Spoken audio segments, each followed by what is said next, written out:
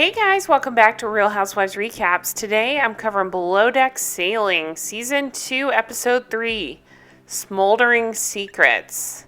I like that name. It actually makes me laugh and think of Jumanji. What was Dorac's character? Dr. Smolder Bravestone? I like it. Okay, we're going to get into the episode. Before I do, normally this is where I stick that ad for my Patreon. I'm not going to do that to you this time. I am going to tell you, hey, go check out my Patreon. I got a lot of cool stuff going on over there. But besides that, will you please do me a small favor and just like and comment on this video? Something's up with YouTube lately. It's looking for more engagement. So engagement means thumbs up, hell, even a thumbs down. That's the funny part. People don't realize that. Any of it. It gives me engagement. Thumbs up is great. A comment is even better. Lots of comments, the best. Thank you guys so much. Let's get into the episode. So let's talk about what's going on. They are in Croatia. Remember, they are on Parsifal. 6 hours until the charter guests arrive. So remember, Gary and Sydney hooked up in the guest cabin the night before. And we see that Natasha's up. She's in the crew mess area. Sydney's trying to figure out how to get some clothes. Gary's just trying to get her out of there. They're trying to figure out who will go first. Sydney comes out. So they do the walk of shame, and of course Natasha catches it. Oh, let's talk about this, you guys. They're all still new, so I'm trying to form my opinions on everybody. I don't care that they hooked up. I think that's great. Get yours.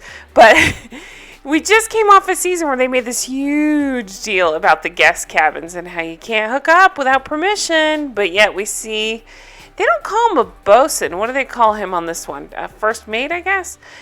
We see him and his deck crew hooking up. I mean, he's her boss. Not a good idea. Anyway, who cares? I love seeing the hookups. I think it's hilarious. So they hooked up. She goes back to her room. Of course, she's busted. All the girls are laughing. They're like, you guys hooked up. And she's like, no, we just slept. Uh-huh. And to camera, she's like, yeah, we had sex. She says she doesn't think that they need to know. So then we see Jean-Luc. He's hungover. What else is new? Remember, I think he said he drank maybe an entire bottle of something disgusting the night before, so he's really struggling. He's having trouble. Alli is surprised. She thought that Gary was flirting. She thought she and Gary were flirting the whole night before, and I'm thinking, you were. He just decided Sydney was more of a sure thing, so he hooked up with her. Ugh, he's so gross. So she's talking to the chef about it. Again, Natasha thought that they were going to hook up as well. We see Sydney walking around. Her balance is off. I'm guessing that had to do with the drinking the night before. Colin and Gary are starting to realize there's no water pressure. So they're working on that. Who does Gary look like? I keep looking at that, and my husband pulled up a funny picture. He looks like Bon Jovi, but he also looks like Sebastian Bach. Now, if you remember who I'm talking about, he had the long blonde hair. Gary doesn't have that, but they have a very similar face. Kind of that 80s hair metal look to him. Okay, so they are about to have a preference sheet meeting. Oh, before that, Gary's saying, we cuddled. She may have given me a cheeky kiss. Talking about Sydney, but he's not letting on that they actually boned. Preference sheet meeting. So the Dr. Nichols was supposed to be the primary and her husband, but because of a family emergency, they are unable to make it. They missed their flights. They weren't able to make it there. So the friends are still attending. We find out one of the friends is a nutritionist. Another one talks about luxury lifestyle. Yeah, all that stuff. I don't know. Influencers? I'm not real sure, but they seem like they're high maintenance. Things do not go the way I thought they were going to go. I'm very curious to see what ends up happening next episode with this, but we'll get there. Okay, so they're cleaning the boat, right? Daisy realizes that this was a day head, they called it. Yes, I giggle like a little girl when I hear that. That's hilarious. It was used, and this is after she checked it yesterday. I mean, that's just jerky. So she's realized that it's been used and not been made right. It's not been cleaned up. And so she uses the radio to ask if anyone's used it. Colin says he used it last night. Gary calls back on the radio and is like, yeah, it may have been used. Daisy says, I don't care if you used it when it's dirty, but can't you tell that I've detailed it? That's pretty shitty. I agree with Daisy. I get it. They've done the work. They used it. You should have been able to tell that one was, detailed. So probably just don't use that one. So Daisy's getting pissed, and she says she should pee in the jacuzzi, and that really made me laugh. So then Dani realizes that someone used the guest bedroom and the toilets, and Daisy is pissed. And I get it. It's gross. They cleaned all that stuff up, and now they're going to have to do it again. So Daisy's livid. She's saying it's so rude. It is rude. She pages everyone to the crew mess. And again, I don't care if Gary bangs everybody on the boat. That's not why I dislike him. I dislike him because I'm trying to think of a nice way to say this. I don't know. He's just a real asshole. He's like laughing about this and making jokes about it. And to Daisy's point, I don't think he'd be joking so much if she was out there peeing on the deck of the boat and they had to clean it up. Not cool. So Glenn does say it's disrespectful and to nip it in the bud before it becomes a problem. And then we see Gary saying she's on a rampage. No, I hate that shit. She's not on a rampage. She's doing the right thing, saying, hey, stop messing up the stuff I've cleaned up. And he's like, no, she's on a rampage. No, she's just being a human. Gary and Sydney are working together. They really haven't talked since they hooked up. So things are weird there, but I don't know. Those two, again, I just don't care about him that much. I find him, I don't know, obnoxious. She's clueless. She doesn't realize that she's a one-night stand. Even though he said, hey, you're a one-night stand, she doesn't understand why he's not, coming on to her and stuff. Now, he goes back down to find a hairband, but still denies that he hooked up in that room. And Dani's pointing out, look at these handprints. And he says, he kind of cops to that they talked and then they passed out. And Dani's saying, yeah, it's suspicious. But again, I say, interesting that we just came on the heels of somebody that got fired for hooking up in a guest bedroom, whereas these two, nothing happened to them. The Stews had to re-clean the room. I don't get it. So the provisions arrive. We see that Daisy ordered 20 kilos of carrots. It was hilarious to look at. So Daisy and Natasha kind of have a storm brewing between them. So, it's more stuff Natasha can hold against Daisy. I really like Daisy. Her voice is a little nuts. No, believe me, I love the Irish accent. That's one of my all-time favorite accents. I'm not knocking that. I want to make that clear. It's the tone of her voice. And I know, I have a weird voice too, so I probably shouldn't knock anybody else's voice, but this gets on my nerves after a while. It just becomes too much. All right, so here come these charter guests, not the primaries, the friends that are still coming. So I thought this was funny that they have them all mic'd up, and we hear them saying, one of them is saying, don't be too impressed by these boats. We got to basically, let's play it cool. Okay. That says a lot right there. I'd be bouncing around like a crack addict. I'd be so excited. I'd be like, look at that boat. Oh my God, look at that boat. So the guests get on board. Daisy gives them a tour, and I didn't quite follow the dynamics. It said our husbands stayed home. So I guess, I don't know. I couldn't tell who was with who. I finally kind of figured it out when, Andy got sick. I'm thinking it's Andy and Hannah are married. And then the other two, their husbands stayed home. So they were, they each got were they each sleeping in a single bed? I don't know. It doesn't matter. Anyway, so they're trying to figure out who's going to get which room. Natasha asks Gary to shuck oysters. Guests ask that their crew members unpack them. What are your thoughts on this? It really doesn't bother me. It's just not something I personally would do. I'd feel too bad to make anybody unpack my stuff because I pack insane. But I also understand that this is a luxury vacation. You pay a lot. I don't think it's unreasonable to ask, as long as you're not a shitbag the way you ask them. They start asking for their jackets to be steamed, and they're ordering drinks at the same time. Now that's where it gets a little much. It's like, slow your roll. They can do all this. Maybe just give them a breather for a minute. They're probably trying to get your dinner ready and stuff like that. Daisy's realizing that they're high maintenance and saying it's going to be hard work. We got Colin working on the ice machine. I like Colin. I kind of want to get to know more about Colin. Now, some of you guys pointed out that he does have a YouTube channel. So if you want to check that out, look up Parlay Revival and you'll see his, I believe it's his sailing video. I haven't actually looked at it yet, but I did subscribe, so I want to go check that out. I really like Colin. I want to know more about him personally and see what he's like. So we're seeing a lot of stuff kind of go on at the same time. So Natasha's saying there's a problem with her and Daisy. It's awkward. And Natasha says, I don't give an F. We see all the lines are on board and the anchor's pulled up, so they try to get the sails up. And Captain Glenn has Jean-Luc take the wheel, and Gary goes up to try to spray this stuff to try to get the sail to go in the right spot. Well, a lot of drama happens. Gary almost falls. He grabs a hold of something. It looks like it started to go, and it looked very scary, but maybe that's the magic of editing. I'm not real sure. I did see that Captain Glenn asked him to make sure he's, safety harnessed up there. And he's like, I got it. I'm good. He's not. Then we see Gary and Sydney. He's saying he's in a predicament. He's attracted to Sydney, but he says, you never want to go there with your department. You're about a bone too late for that, Gary. You probably should have decided that beforehand. It just seems like a convenient excuse now that he's boned her and he really wants to move on to Alli.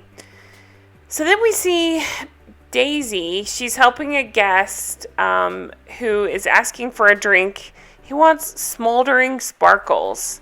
So again, I love Daisy. She's like, well, he's getting a Kir Royale. So he loves it. He says it's fire. Cool. They're keeping an eye on the sails. Gary sends Sydney down to bed. She makes a joke about expecting a coffee. Colin is laughing it up with Gary and saying, uh-oh. So I think they're implying that she's catching the feels. Maybe she is. I don't know how you can fall for Gary. So we go over to Jean-Luc. So he's supposed to be up on deck at 6. So at 6:08, Gary is paging him. Now, I said I like Jean-Luc last episode, and I still kind of do, but man, this guy seems dumb. Maybe I'm wrong. Maybe it's the editing. I don't know. But it's like they keep showing the time. It's 6:12. I'd be so annoyed at this, too. It's like, dude, you're supposed to be on deck at a certain time.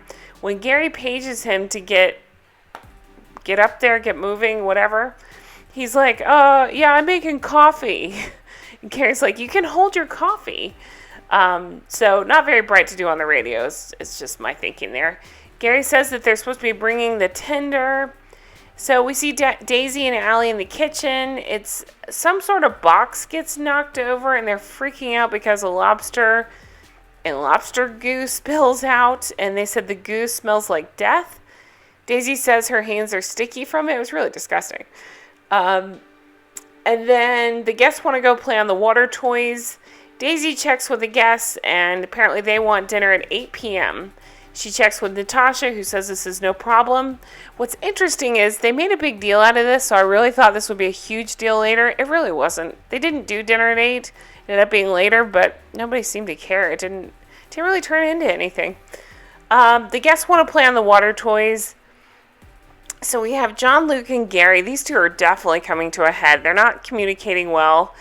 I think Gary's a dick, and I think Jean-Luc he's not the sharpest. So that's not a great combination. So they're going back and forth and kind of arguing about how Gary wants things done. Gary's just not really training Jean-Luc on how to do any of this stuff. Isn't Jean-Luc the third? Is he the third? Now I can't even remember. I think he's the third. Like, they always say that's an entry-level position. Like, he might need an extra training or two. I just don't understand what Gary's problem is with all this. But then, out of nowhere, he says, okay, and we're switching rooms. So Jean-Luc is not happy about this. This is something he didn't want to do. He didn't want to room with the captain. So Jean-Luc calls him an effing asshole.